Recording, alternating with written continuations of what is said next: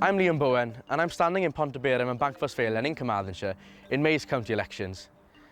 I'm standing for Plaid Cymru because I believe that young people need a voice in local government.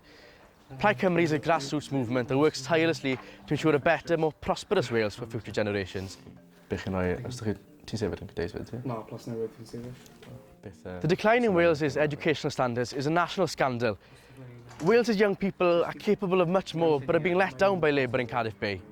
And that's why I'm standing for Plaid Cymru, because I believe that our young people deserve so much more.